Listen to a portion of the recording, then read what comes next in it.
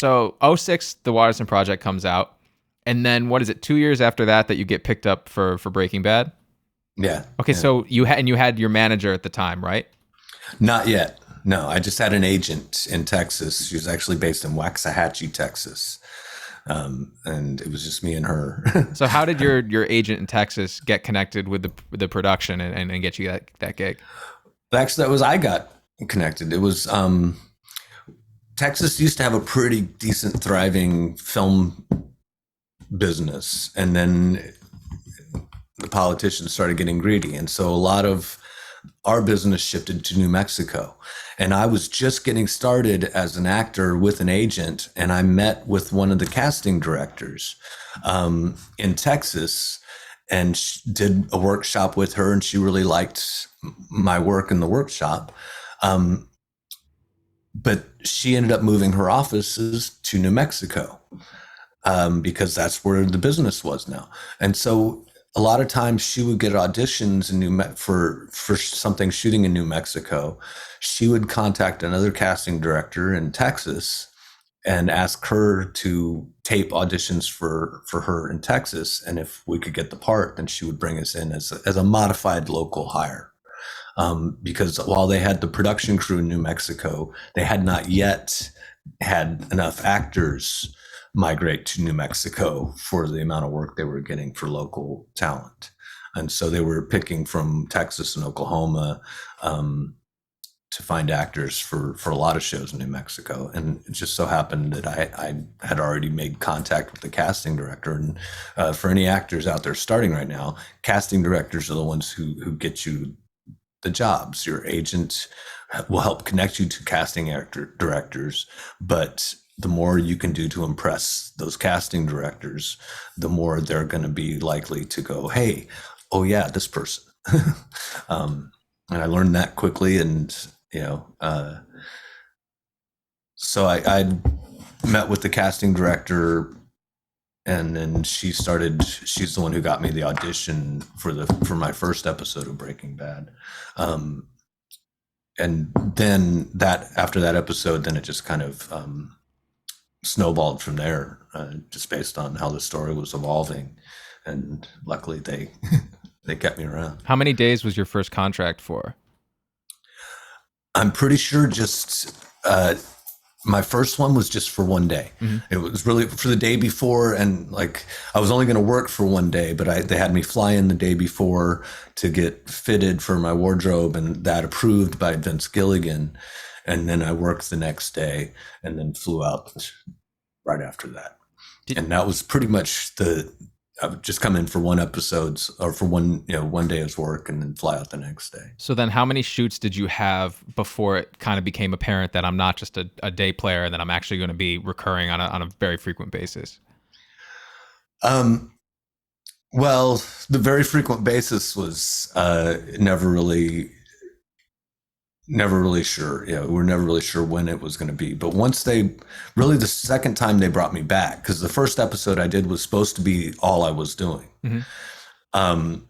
But then they brought me back, and the script literally had my name as Skinny Stoner in the first script, and then my first line in my next episode that I was in, it was still Skinny Stoner up until I walk up to Tuco's bodyguard, his doorman, and go, "Yo, man, I'm Skinny Pete." And then from that minute on in the script, anytime I spoke, it said Skinny Pete instead of Skinny Stoner. And I went, they gave me a name.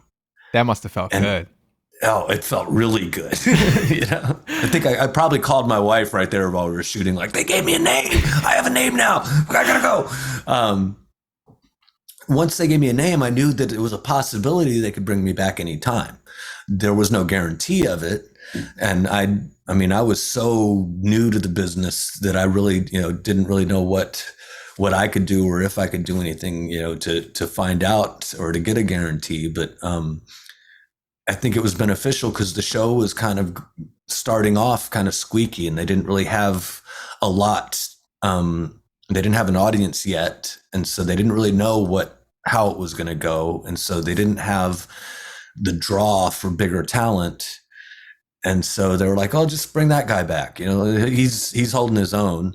Let's just bring him back for this episode." And it just kind of kept going like that. I was gonna say Yeah, when we talked earlier about how you moving all these places, you got yeah, familiarized. There we go. Second try. you can do it. With all these people. Maybe I did have a little joint before we, I never know. Maybe I snuck one. No one will ever know, and I can't speak clearly. But you met all these different people. Mhm. Was there a specific place where you lived where you kind of were able to draw from for the character of Skinny Pete, or is it a specific person that you went for? In New Mexico. I lived in Albuquerque. I literally went to school about 3 blocks away from where Skinny Pete's house was in El Camino, when I was 10 years old. So I had an idea of how of the dialect. Not a lot of people are familiar with the New Mexico dialect, but there is a New Mexico dialect. And so I was aware of the dialect. I was aware of the culture. And so that was, that was the big, like, oh yeah, I know this place. You know, I What are know the where we keys are. to that dialect? It's there's there was pressure when I was a kid, and I was a very lily white, blonde-haired, blue-eyed child in a very Hispanic school. There was a lot of pressure for everyone to have that a little bit of a Hispanic kind of accent, which you'd say things like, "Hey, chill, SA," it's not like hey man, and it was a very subtle. You couldn't be too over the top about it because they'd be like, "What do you think you are?" But you had to keep it subtle enough so that you fit in without being a caricature, you know. And that was a little bit of Skinny Pete's. He had a little bit of that Latin flavor to him, which actually there were a lot of people who commented once that they saw a picture of me outside of the role of Skinny Pete and went, I didn't know that guy was white. Okay. And it was an interesting kind of, that's a lot of the culture in New Mexico. And it's just like, if you live in Texas, you're going to have a little bit of a Southern accent. If you live in California, you're going to be like, stoned all the time. It's just one of those cultural things. I just started saying, I've been in New York about 6 years, I think. And I've just started saying, get online. Like if there's a line for something, I'm going to get online instead of get in line. And I hate it. I absolutely hate it. It's the worst. You don't get on a line. If there's a line of people, you get in the fucking line. You don't.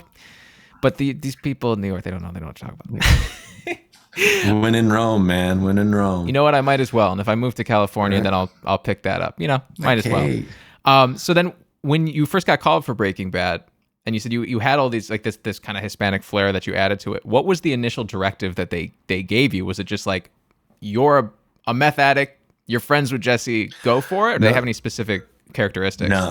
No, it was all skinny stoner. Originally, there were supposed to be 3 different characters. It was skinny stoner, tattooed stoner, and chubby stoner. And then they broke it down. I did the first audition like that, and then the second audition I came back and they had condensed 2 characters into one, and it said skinny tattooed stoner and chubby stoner, and which ended up being me and Combo. And all it was you're just a stoner. And when I got there and did the first episode, the biggest direction I got was, hey man, stop playing it so stoned. You're too stoned. Don't be so stoned. And it didn't even, like, the meth part didn't really come up until the end of the scene. And then after that, it seemed like, oh, we're just skinny meth heads. And I was like, no, I'm a skinny stoner, man. But story is what it is. And they would just write stuff, and then okay, well, this is what I do now. And I just went with the flow with that. And did what I could with what I originally thought was just one episode. The character that I made, I kind of forgot about him, and they called me up and went, "Hey, we want you to play it again." I went, "Oh shit, what did I do? How did I do that?" And I had to kind of like work my way back into that character. And it was I used the line, "Yo, my pops is a contractor. He could hook you up." That was kind of like my cue that I used to remind me how Skinny Pete talked. Like, my pop's a contractor. He could hook you up. That's a classic line. Yeah. And so I used that, kind of in my memory is like the baseline of, Skinny Pete's dialect and his character, and then just tried to sound like most of the gibberish that he was saying was made sense to me. So do you have like now, because is there like more to Skinny Pete that was never put on air that you kind of had to have for yourself, so that way when you said things there was more context to it, like just so there was more of a character? Or is everything that we saw you think is really what that character is? I think what you saw is what you get. I actually remember asking one of the writers once about a scene. It's like, should I put something between the lines in this line? They're like, no, do not put anything between the lines. Just do the lines. And like, okay, I knew where you wanted me. It was a very kind of two-dimensional kind of character, but it was, the audience saw through it and ended up, it was really the audience. That's why we kept coming back.